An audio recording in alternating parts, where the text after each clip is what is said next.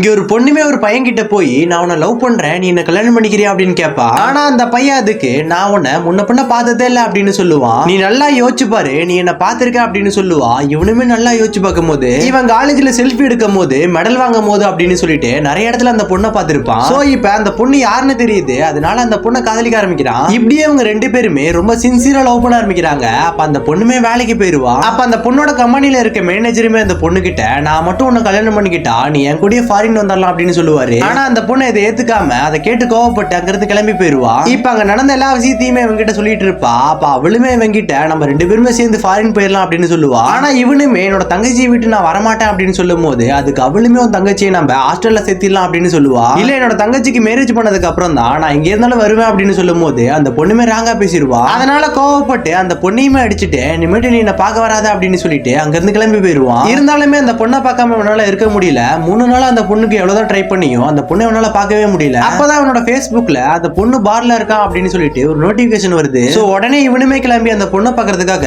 பாருக்கு போவான். அப்ப அந்த பொண்ணு மேனேஜர் கூட மேல இருக்கிறத பார்த்துட்டு கோவப்பட்டு இவனுமே மேல போய் பார்ப்பான். அப்ப அந்த பொண்ணுக்கு மேனேஜருமே ப்ரப்போஸ் பண்ணுவாரு. இவனுமே அதை தடுத்துட்டு அந்த பொண்ணை கூட்டிட்டு போலான்னு பார்க்கும்போது அந்த பொண்ணு இவன் கையை உதறி விட்டுட்டு இவன் யாருனே தெரியாது அப்படின்னு சொல்லிடுவா. உடனே ஒரு பாட்டில் எடுத்து மட்டில அடிச்சிருவாங்க. அங்க இருக்க பாடி கார்டு எல்லாருமே ஒண்ணு சேர்ந்து இவனை தரத்தரன்னு வெளியில இழுத்துட்டு போவாங்க. அப்ப கூட இவன் அந்த பொண்ணை லவ் பண்ண டேஸ் எல்லாம் நினைச்சு பார்த்துட்டு இருப்பான். இவன் மண்டில அடி பலமா பட்டனால சரியா நடக்க முடியாம அங்க இருக்க ஸ்விம்மிங் பூலுக்குள்ளேயே விழுந்து உள்ள போயிடுறான். ஆக மொத்தம் இது மூலியமா என்ன தெரிய வருதுன்னா, ஒரு பொண்ணு உண்மையா காதலிச்சா வாழ்க்கையில முன்னேற முடியுமா அப்படின்னு கேட்டீங்கன்னா சீக்கிரமா முன்னேறி தண்ணிக்குள்ளேயே மண்ணுக்குள்ளேயே வேணா போலாம்.